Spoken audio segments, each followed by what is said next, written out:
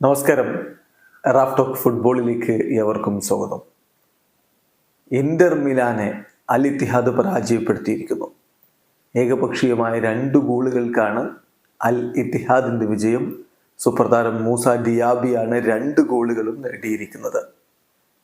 അടുത്ത തവണ Saudi Arabian pro ലീഗിലെ എതിരാളികളൊക്കെ ഭയക്കണം അൽ ഇത്തിഹാദിനെ എന്നുള്ള സൂചനകളാണ് വന്നുകൊണ്ടിരിക്കുന്നത്.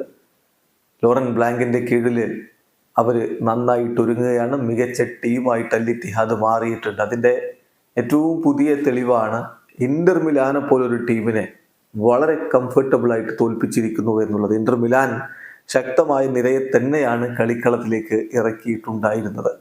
അവരുടെ മുന്നേറ്റങ്ങൾ നയിച്ചുകൊണ്ട് തുറാമും അതുപോലെ കുറേയുമാണ് ഉണ്ടായിരുന്നത്.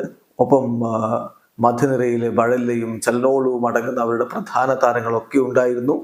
ഡിഫൻസിലാണെങ്കിൽ ബസ്റ്റോണിയും അസർബിയും ബിസേക്കും ഉണ്ടായിരുന്നു. ഗോൾ കീപ്പറായിട്ട് സോമർ ഉണ്ടായിരുന്നു. അങ്ങനെയാണ് അവരുടെ ആദ്യ 11. അതായത് ശക്തമായ ടീം തന്നെയാണ് ഇന്റർ മിലാൻ ഇറക്കിയത്. മറുഭാഗത്ത് കരീം ബെൻസീമ, ഡിയാബി, അതുപോലെ ഔവാർ എന്നിവരൊക്കെ ചേർന്നുകൊണ്ടാണ് ഇത്തിഹാദിന്റെ മുന്നേറ്റങ്ങൾ നയിച്ചത്. ആദ്യ പകുതിയിൽ 25-ാമത്തെ മിനിറ്റിൽ ഡിയാബിയിലൂടെ അൽ ഇത്തിഹാദ് ലീഡ് എടുക്കുന്നു. ആദ്യ പകുതി അവസാനിക്കുമ്പോൾ അവർ ഏകപക്ഷീയമായ ഒരു ഗോളിന് മുന്നിലായിരുന്നു. 2ാം പകുതിയുടെ തുടക്കത്തിൽ വീണ്ടും അദ്ദേഹം ഗോൾ അടിച്ചതോടെ അൽ ഇത്തിഹാദ് വിജയം ഉറപ്പാക്കിയായിരുന്നു. ബെൻസിമയും ഡിയാബിയും ചേർന്നുള്ള കൂട്ടുകെട്ട് മികച്ച രൂപത്തിൽ ഒത്തിണക്കം കാണിച്ചു തുടങ്ങുന്നു എന്നുള്ളത് അൽ ഇത്തിഹാദിന് പ്രതീക്ഷ നൽകുന്ന കാര്യമാണ്. 2ാം പകുതിയിൽ പിന്നെ ഇരു ടീമിന്റെ ഭാഗത്തും നിരവധി മാറ്റങ്ങൾ ഉണ്ടായി. കാരണം ഫ്രണ്ട്ലി മത്സരമാണല്ലോ.